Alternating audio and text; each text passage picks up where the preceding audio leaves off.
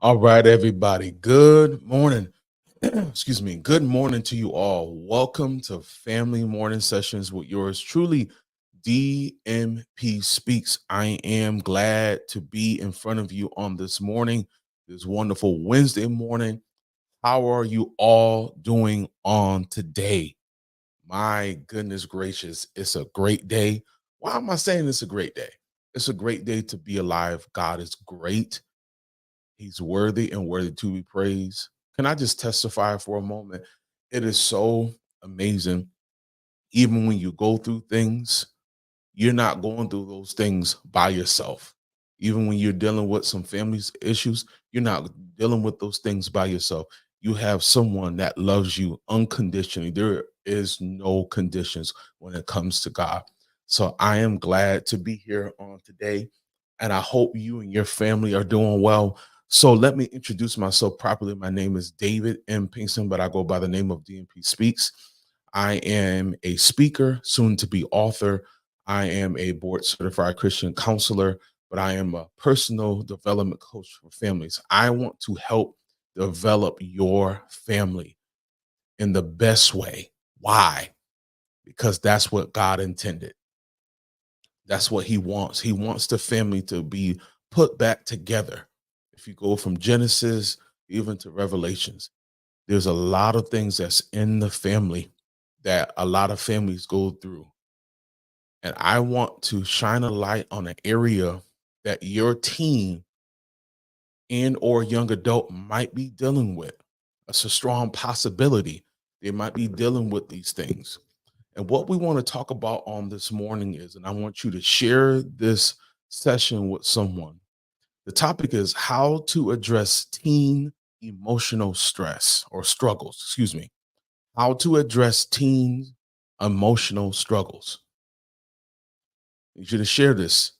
It's going to be heavy for a few minutes because this is something that is overlooked.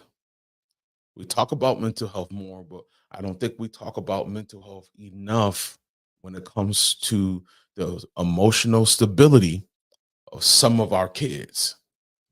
Some of our kids are really fighting every day. They're fighting in school, they're fighting at home, they're fighting in college and a university. You might say, dang, they fight all the time. They're not fighting physically, they're not fighting with their fists. They're fighting with their minds.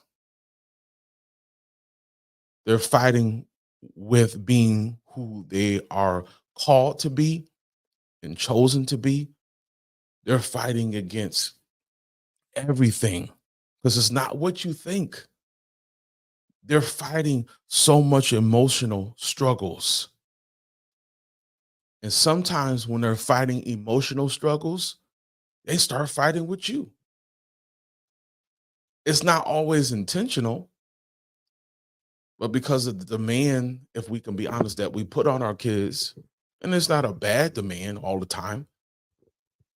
It's just that you want your son or daughter or children, teen, young adult, to do and be their best, do their best and be their best. But if you have a son or daughter, a teen that is dealing with emotional struggles and they're not talking,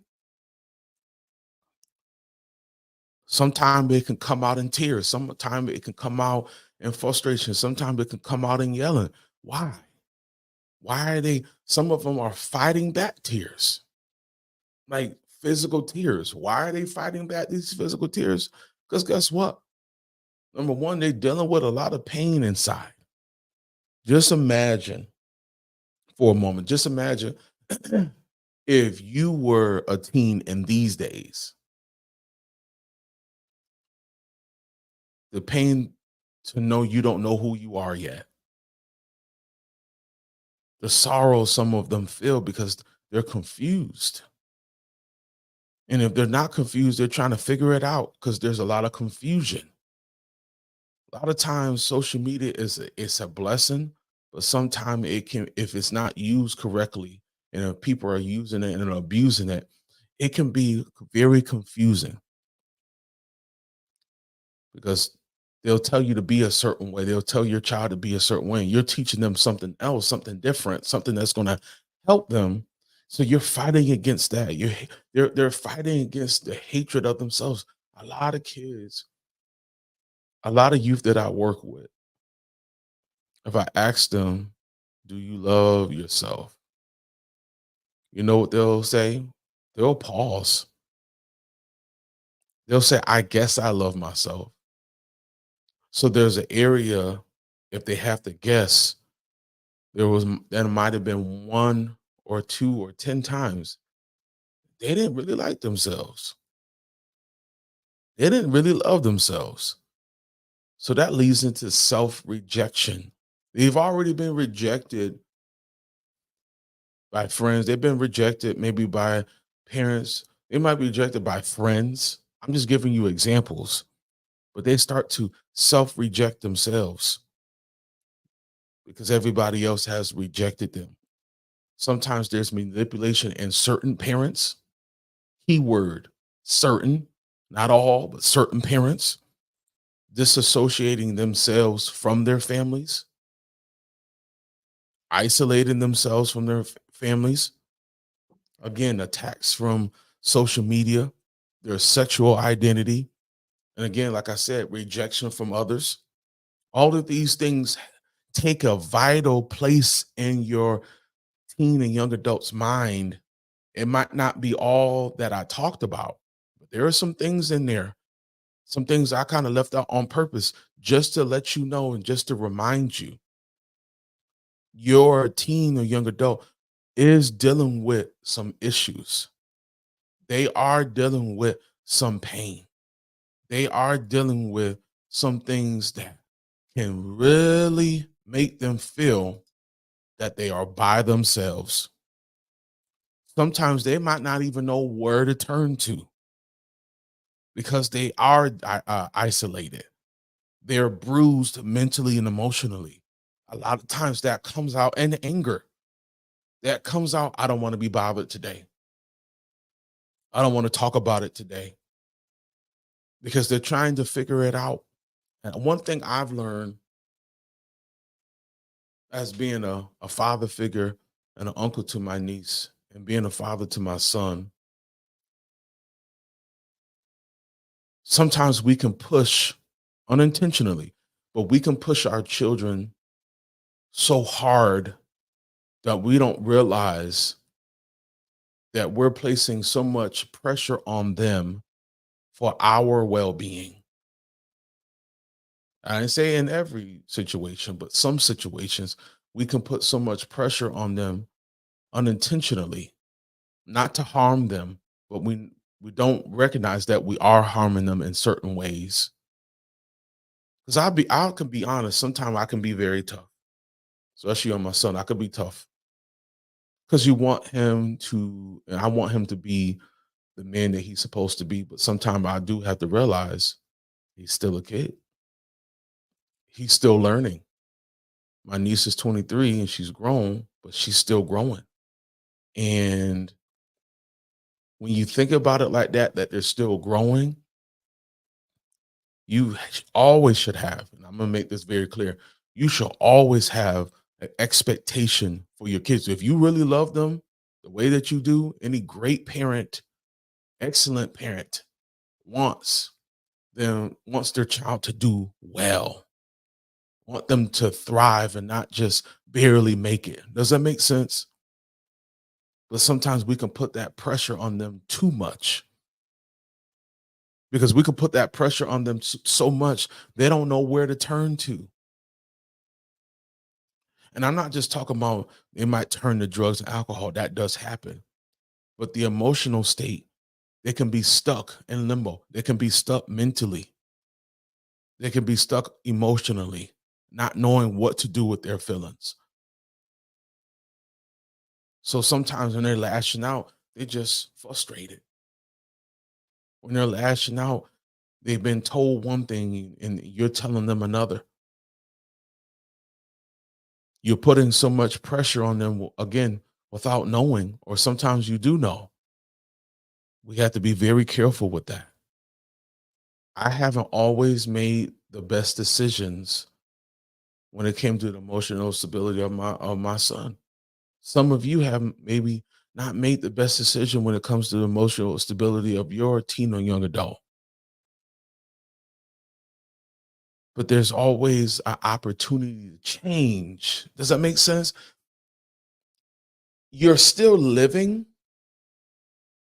you're still breathing because God is giving you an opportunity to change yourself as an individual, but also change yourself as a parent to that teen or young adult. But we must address their problems. We got to be there for our teen and young adult more now than when they were a child or a baby, because this world will eat them up. I'm going to say it again. This world will eat them up if we don't instill the love and the compassion and the understanding, including I'm not leaving myself out. If we don't pay attention to these things, these emotional struggles, they're going to be an adult and they're going to still have these emotional struggles. That's why I'm talking about it today. You as a parent, you hate to see your child go through this. Any parent will hate to see their teen or young adult deal with emotional struggles. It's not a great thing to see. Some of you are up at night. If I could be honest, there's times that I've been up at night thinking about my son, making sure that he was good. Even when we made this transition to Georgia, if I could be honest and be a little vulnerable this morning, it was not easy for him. It was hard. He wasn't talking to us. And I'm gonna be honest, it hurt me deeply. Why did it hurt me? Because I know he was struggling, but I know I had to be strong. But in my personal time, in my personal prayer time, I said, Lord, that I might make the right decision. He's hurting right now. But I know I had to stand on what God had told me for our family. And I'm starting to see the fruit. I'm starting to see the change. I'm starting to see the maturity in my son. I'm starting to see that this was God's intention. But I had to deal with the emotion that he was dealing with. You got to remind your teen or young adult, even when they're dealing with these emotional struggles, they're not dealing with these struggles by themselves. Let me say that again. They're not dealing with these emotional struggles by themselves, but you got to remind them, even though you're dealing with these struggles, even though I want this more than you want it, I'm going to still help you because I love you. Deep depression is real. Anxiety is very real, but it's only real when you make it a priority and you make it real, that it overtakes your mind. When it overtakes your teen's mind, we got to help them get out of this deep depression, this deep anxiety. Some of you adults dealt with this as a child, and it just has been manifested through the bloodline more than just a generational curse. It's in the bloodline, and we have to be able to cut that piece of the bloodline off. We have to allow that to dissolve. We don't want them to go and seek out help somewhere else. If your teen feel like you're not a safe place for them, let me say that again.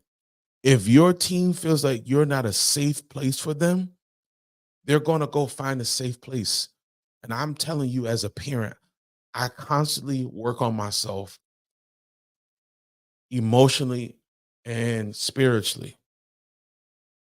Am I a safe place for my son? Am I a safe place, excuse me, for my niece as her father figure and uncle? Am I a safe place? Parents, are you a safe place for your teen or young adult to talk about those things? Because you have to be. You have to be a safe place. See, being a parent and being a safe space is two different things. Why is it two different things? Well, let's be honest, there's a lot of parents out there, right? There's a lot of families out there, a lot of fathers and mothers. But each sometimes, yeah, I'm gonna put it just like I was trying to say it a different way.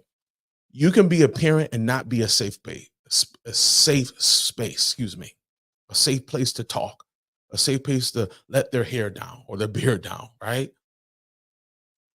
And you can still be their parent and still love them, but you might not be a safe place for them. And I do my best to be a safe place. Yes, I do so much thing. I always want to make sure that my son knows that he can come to me about anything. Even if I'm a little tough on him, I know I had to make an adjustment. I'm still making adjustments because I'm still learning and you're still learning, right? Not to be judgmental, to ridicule them. So I want to give you a few things I really want you to focus on how to address these things. If you're ready, say you're ready in the comments because I believe that this is going to help. And then I'm going to be done. Now, again, share this message with someone. First thing is allow the team to be vulnerable. Hear them out. Stop talking all the time. One thing I had to learn and still learning. Stop talking all the time. Let them talk. Let them talk. Let them get it out. Even if it's about you. I'm serious. Let them talk. It's an uncomfortable place to be in, but let them talk. Because you know why? Vulnerability is a gift. I'll say it again. Vulnerability from your team, man, that's the best feeling. When my son tells me something, he might have told somebody else or he told me first. I'm not gonna lie, I don't tell him all the time, but internally inside, I'm like, "Dang, he told me." I appreciate that. That makes it makes me feel great. It does. It makes me feel rich because vulnerability is a gift. Number two is being engaged and not distracted. I'm telling you, sometimes, and I used to do this, when my son or my niece is talking, I will have this in my phone. I'm listening to them because I was trying to do everything else I was doing and trying to talk and trying to listen, excuse me. Sometimes this is good, but it can be a distraction. This phone can be a distraction. Sometimes it's just good to put it down, face it down the other way, and be engaged. I'm gonna look right into the camera this morning. Be engaged. The next thing is be trustworthy. If they tell you something, don't bring it back into their face later or tell somebody else, unless it's life threatening, of course, or something that really, really needs to be talked about. But in that safe space, be trustworthy. The next thing is tell them it's okay to feel how they're feeling.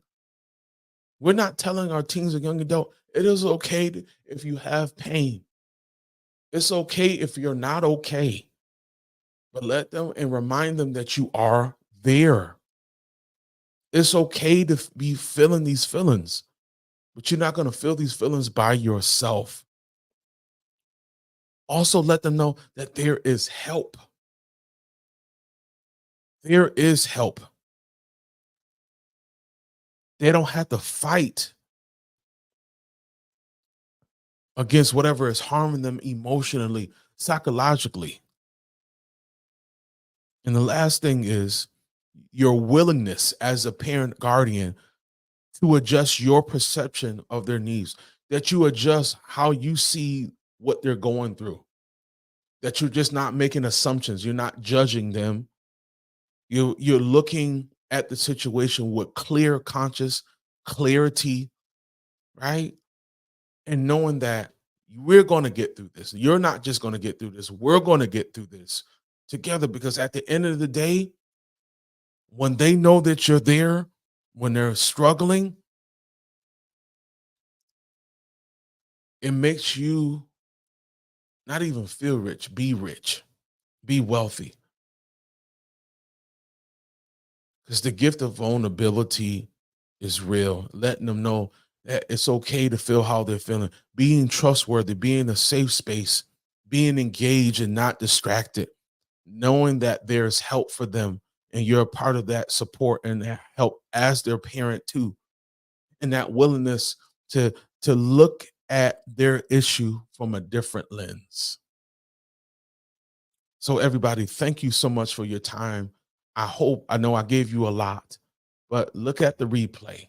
Share this message with a family member, a friend, a coworker, somebody at your church.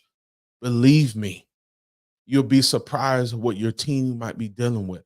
But guess what? They don't have to deal with it by themselves.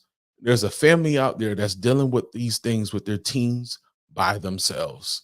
They're trying to figure out all these things by themselves, and you don't have to do it by yourself. You got me, the family coach, the personal development coach. I want to help you all come back together. I want to work on your relationship with your teen and young adult to make things so much better. Why? Because I believe every family, every teen, young adult deserves transformation. Let's do it together. Sign up today. Go to my social media platforms all over and sign up today. Don't be afraid. Take the step. Guys, I love you. Thank you for your time. Wasn't bad, right? I love you guys, and I'll see you tomorrow at 7:30 a.m. Be blessed, be safe, and let's continue to grow together. Peace.